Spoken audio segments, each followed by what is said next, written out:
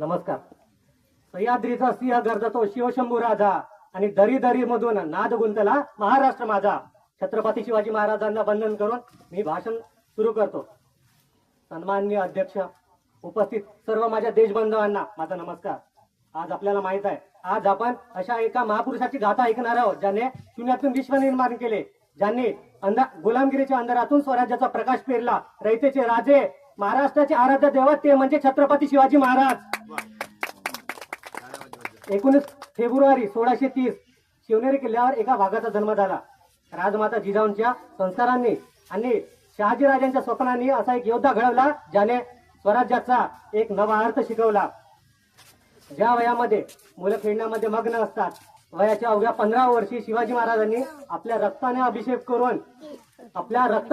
करून स्वराज्याची शपथ घेतली. त्यांच्याकडे सैन्य नव्हते, त्यांच्याकडे पैसाही नव्हता, त्यांच्याकडे होती ती म्हणजे फक्त एक जिद्द आणि मावळ्यांचा विश्वास.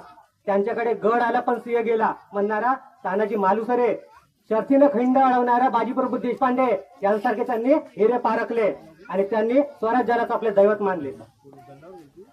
छत्रपती शिवाजी महाराज हे केवळ फक्त योद्धाच नव्हते, तर ते एक उत्तम प्रशासक सुद्धा होते.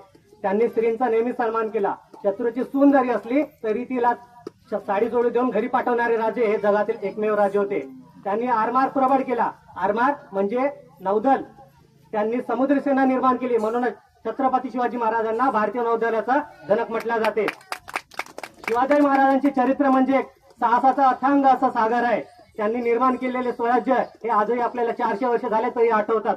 शिवाजी महाराजांनी विजापूरच्या दरबारामध्ये शिवाजीला जिवंत पकडून आणतो अशी बळाई मारणाऱ्या अफजल खानासोबत त्यांनी प्रतापगडच्या पायथ्याशी केला.